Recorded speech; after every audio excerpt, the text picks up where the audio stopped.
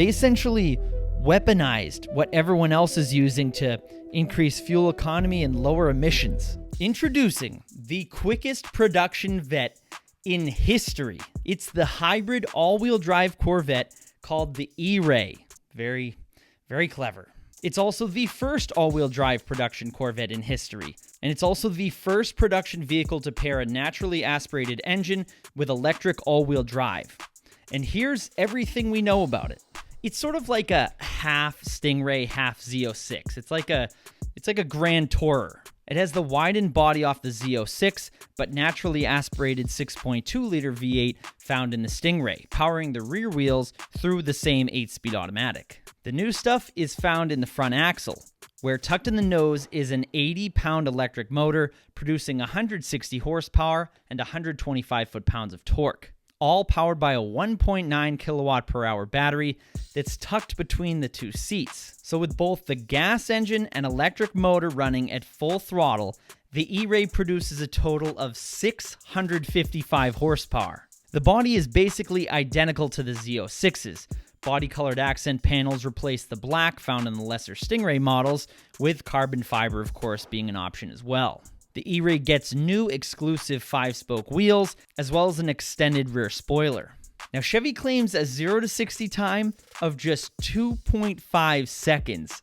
That's insane. And that's also quicker than the C8 Z06, which could do it in 2.6 seconds. It'll blast through the quarter mile in just 10.5 seconds at 130 miles an hour. The Z06 could do it in the same time of 10.5 seconds, but at 131 miles an hour. The Z06 is the track beast of the Corvette family, and the E-Ray is meant for more all-around, all-weather performance. As I said, it's like a Grand Touring Corvette. Corvette Chief Engineer Taj, I'm not even going to attempt to pronounce his last name, said the ride rates are much lower than the Z06. It's much more compliant on the road. You get all the exotic look and a lot of the capability, but it's dialed back a little bit more relaxed. The Z06 is a little more high-strung. It's itching for a fight all the time. This thing is just super comfortable, super chill, just like me. He didn't say that part about me or about himself. I don't know. From the beginning, we said we want to use electrification to improve and support what's great about a Corvette, Taj also said. We wanted to use electrification to enhance the driver's experience. Now, back to that front axle and electric motor. It's a part not shared with any other GM vehicle, and it's active at speeds from 0 to 150 miles an hour.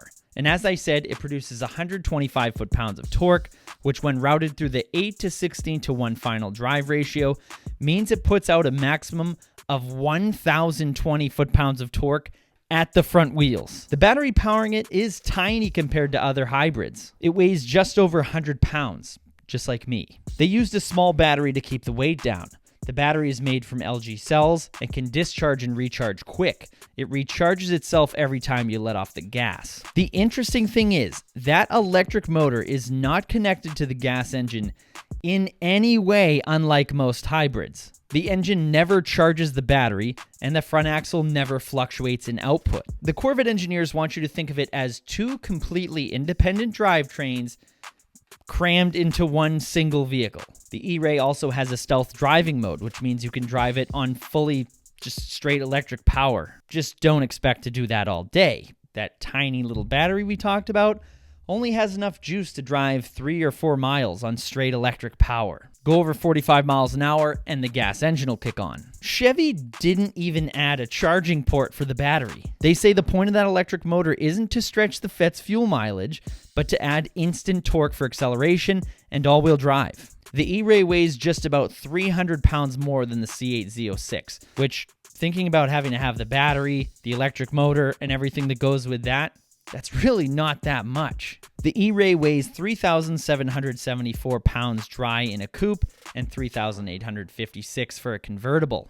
The cost? Well, the MSRP starts at $104,295 and $111,295 for the convertible. And another cool thing about it, the front trunk is the same size as like a Stingray or a Z06, even though they have all the electric stuff somewhere. Somehow they kept the front trunk the same size. I love this thing. It's not a conventional hybrid. It wasn't built to boost fuel economy. It follows the same archetype as the original hybrid supercars, the Porsche 918 Spyder, the McLaren P1, and the Ferrari LaFerrari.